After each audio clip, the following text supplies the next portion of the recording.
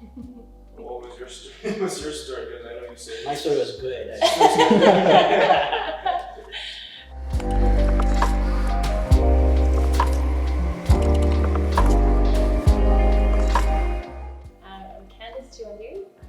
Born and raised in Winkler, Manitoba.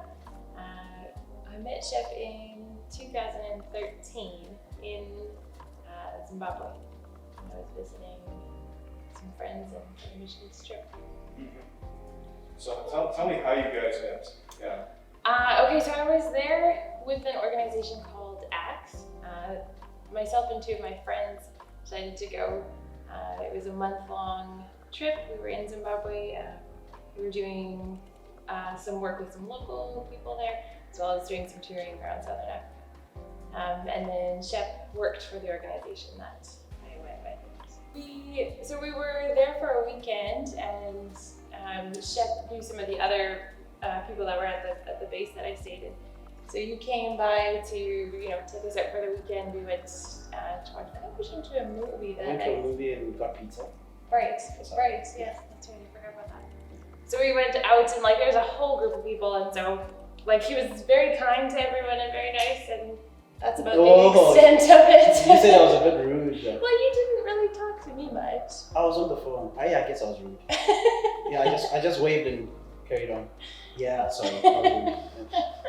Okay. So the story's better. he's convinced that he showed me extra attention. I'm convinced he had no interest in me at all. So there's two sides. Yeah. No. As he was encouraged, something like that. Right. So we met under unique circumstances, in that when we met, I was leaving Zimbabwe within 2 weeks of us meeting. Yeah. So after, we spent some time together in groups and kind of getting to know each other that way, and so we decided to pursue a relationship at pretty much a few we had the serious talk. Because at that time I wasn't dating anyone. I think obviously. Yeah. No, I'm just saying so I wasn't looking into dating, but there's just something that sparked, and also I knew that if I didn't pursue her before she left, then I would never know. Right, so we had, it was crazy. We had the talk. Yeah. We just put it in a bowl and just went with it. How serious are you? This is, there's this whole long distance stuff, and we had a serious talk that week. Yeah, because when you brought up the idea of us, entering into a relationship, then it was okay, so if this is gonna work, there's some serious implications here, right? So we had that talk about, okay, so if this does go further, do I move to Zimbabwe? Do you move to Canada? What's and we were both at the point where we decided that we would be fine either way, if we would live in Zimbabwe or if we would live in Canada. We had all that conversation, and then I left a couple of days after that. And then we didn't it was serious, right? But it was long distance, so we did a lot of long distance communication, and then I went to visit for 2 weeks that following February, so that was in 2014. And then I think that's when we realized things are getting serious here, and we're and so we started applying for visas for Shep to come to Canada. We applied for one for him to come to my brother's wedding, so he could meet my family and experience Canada a little bit. And so that visa was denied, and then Shep has a passion for music, he always has, and so he applied to Providence University to go to school there, because major in music and minor in youth ministry. Right, and I was still going to school for my education, and so it just made the most sense if we could, both be going to school. So then after your student visa was denied, so then we've been in a relationship for about almost 2 years at that point. So I think I think it was hard but good at the same time, because we became friends first, which was awesome, because I felt like we talked on a friend to friend basis, but it was still difficult too. But we managed to get through the long distance, and ended up getting married in Zimbabwe, Yeah. lived in Zimbabwe, and then So because his visas were denied, I was at a point in my education that I could take a bit of an extended break. yes, And so that point then I took that break and then moved to Zimbabwe. I think the financial part of stuff, it's expensive. Every time you apply, it's a couple of, I mean, together it's like a couple of thousands of dollars, the US dollars.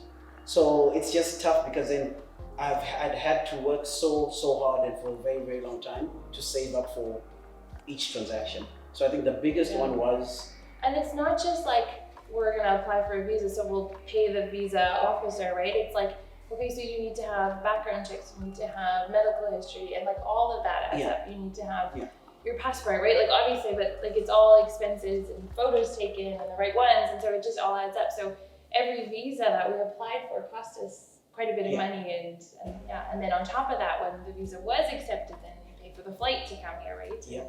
That all adds up really fast. So we got married in May 2015. and then you came out for your sister's wedding in In October. And so she came out a week before my visa was approved. Yeah, then I followed a week after. Okay. So, I guess living in Winkler since 2015, right? Yeah. Have you guys, this might be a little sensitive topic, have you guys experienced any resistance in like a Mennonite community as a mixed race couple? Yes. Yeah. Yes, and not there's good resistance and there's curious resistance. Yeah. I think so. There's the looks that you get where it's like, what's this, right? And then there's that look where it's like, oh, this actually can happen. You know, people who you can tell people are wanting to ask questions, but they really don't know how to approach it. So yeah, we've had a fair share of resistance here and there. Yeah, for sure. But yeah, unique. I remember the one time I was saying people are gonna break their necks while driving because you'd get someone driving and they do a third look, you know, because they're like, did I just see? You know, so yeah.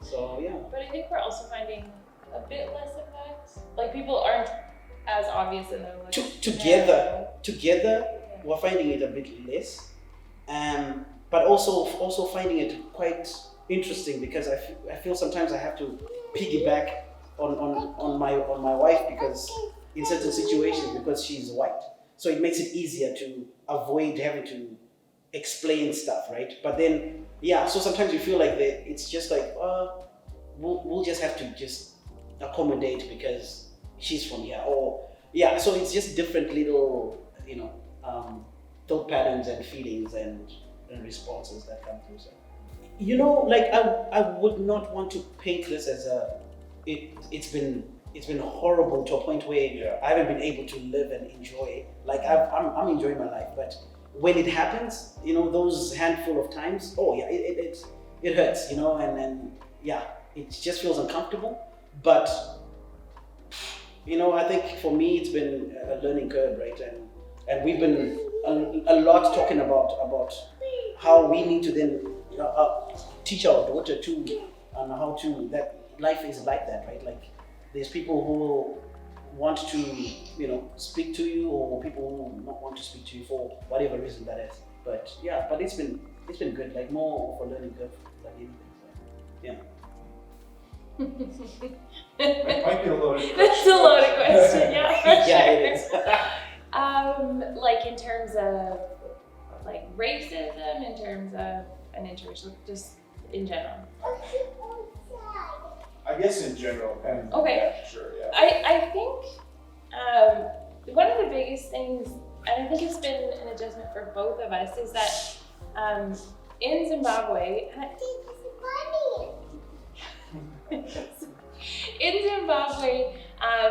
relationships are the key to everything, right? It's like in business, in families, in church, everything is all relationship based. Like we always joke that, you know, Zimbabweans are late for everything, but I always say it's because they're still talking to the person before they get to, you know what I mean?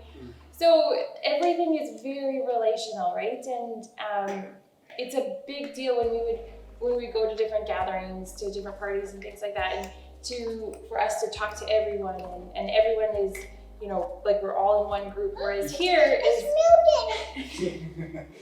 Yeah, you greet everybody. That's one other big thing. yeah. When you get into a room, like it's not an expected thing that we've just grown up with, that you greet everybody, even if you don't know them. The difference here is it's okay to, you know, you can still be in one big room with a lot of people and it's still okay to not speak to. So those changes were quite tough for me because I felt like I was being rude or something, like at gatherings and stuff. So Yeah, so I think just for Shep coming here, that's been an adjustment for him, just learning that if somebody doesn't say hi to me, that doesn't mean I'm, you know, not cared for or anything. But also being there, right? Like when we were planning our wedding and things like that, like Shep's relatives who extend quite a bit. It's quite a large family, and relatives that we wouldn't have, I would personally have never met, would be expected to come to the wedding, right? So things like that. Just because it's all community, right? It's all here